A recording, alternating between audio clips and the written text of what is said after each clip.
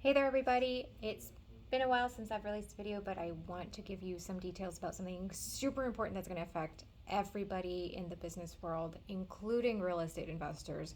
So here it goes. It's the Corporate Transparency Act, and you might be wondering, what the heck is the Corporate Transparency Act? But here's what it is, and here's why it's important.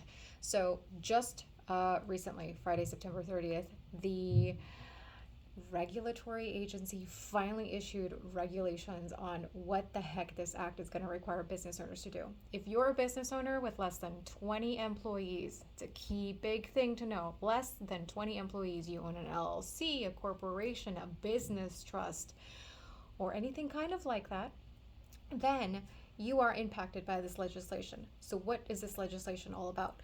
Well, it's all about reporting beneficial ownership. Why? Because the federal government wants to make sure that nefarious agents aren't hiding under a bunch of shell companies and doing illicit activities, right? So money laundering, terrorism financing, proliferation financing, tax fraud, human and drug trafficking, you name it, right? They're hiding the money through shell companies. And as a result, the federal government was like, enough. At the end of the Trump administration, Congress passed this law. It became effective at the beginning of this year, even though it was passed back then. And the regulations are out. So what does it mean? It means that you as a business owner and your lawyer, if they created the business for you, are going to have to report who are the beneficial owners of the business. Beneficial owners. That means the people that are in control or the people that have more than 25% ownership of a business. These are the ones that are going to need to get reported. Where did we report it? Where is it public? Oh my God, what's going to happen? It's not public.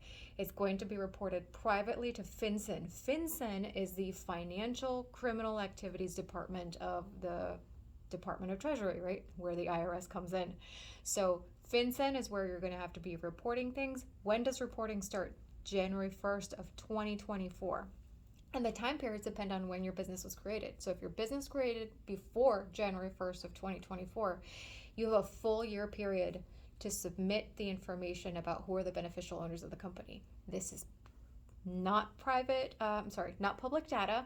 It is private, and it's only going to be available to the federal government. Now, of course, are there risks in the federal government having all of this data about beneficial owners? Yes. Not gonna lie there. Yes, there's some risks, but it's not gonna be publicly available. So your creditors can't look it up. Your ex-wives can't look it up.